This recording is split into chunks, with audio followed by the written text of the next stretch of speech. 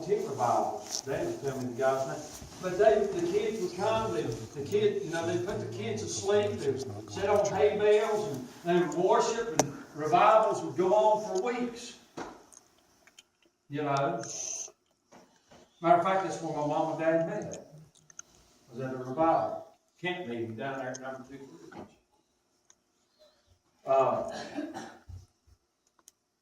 and I've always known this. I've always been one, of course, I used pastor and everything else. Kids don't bother me when I preach. They can be screaming and crying. I'm going to pick them up. It don't bother me one bit. I believe we ought to stay consistent in church the best we can. Because God's called us to come together for a reason and a purpose. Here, God had called them to come out. He sent them delivery. He sent them Moses to bring them out. And now they're telling Moses, did we tell you we should just stay in Egypt? They done got used to staying there. People say, well, things were good for me before I started going to church. Now, ever since I went to church, everything seems like it's falling apart. It will. You bet your bottom dollar it will. The enemy will make sure that something goes wrong. But it doesn't make it right to keep yourself from following God. That's the right thing to do. And that's coming in corporate worship together, our own devotion time at home.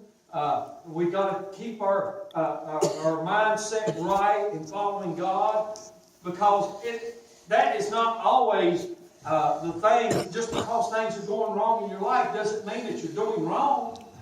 It may mean you're doing something right. Look at the Word, find out if what you're doing is right or wrong. Let's go on. Verse 13. Verse 13. And Moses said unto the people, fear you not, stand still and see the salvation of the Lord, which he will show you today. For the Egyptians whom you see today, you shall see them again no more forever. I had things in my life that just seemed like they kept reoccurring.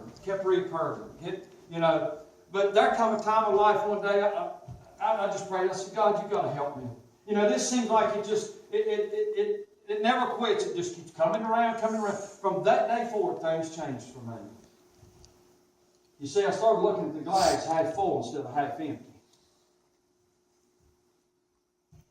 When things happened in my life, I didn't think God was being mean to me anymore. It may have just been a circumstance of life, or maybe the enemy attacking, whatever. But no matter what was going on, I changed my outlook. God is here for me.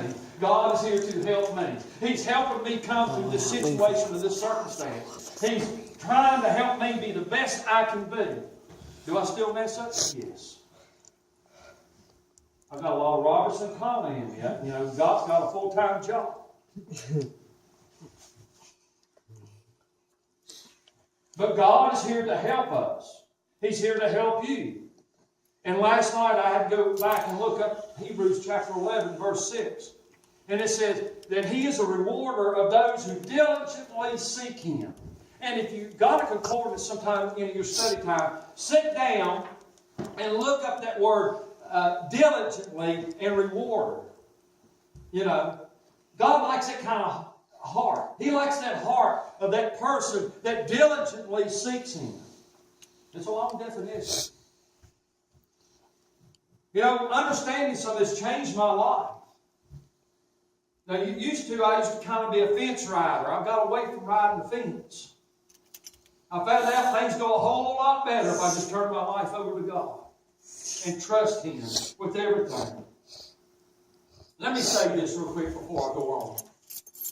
I read something here just a week or two ago. There was a picture, I forget what it said. It said something about the Red Sea. Was it true, fact, or fiction, or whatever? I pulled the article up and I read it. As I read the article, it said the Egyptians, here I go. The archaeologists, the sea archaeologists, in other words, they were diving down in the water, and what they were looking for were shipwrecks. They were studying all the shipwrecks that happened over in the Red Sea. And it got interesting as I read it. They found over 400 or 500 Egyptian bodies. Anybody else read this? Huh? You're gonna have to now. Found over 400 or 500 Egyptian bodies that dated back to the time of Moses. Well, while they was down there, guess what they found? Found 2 chariots, Swords, body armor. armor from that time period. Yep. And they figured it was over 4,000, 4,000 or 5,000 more bodies laying down there. Can I ask, where did they come from? Definitely. How do y'all know they come from there?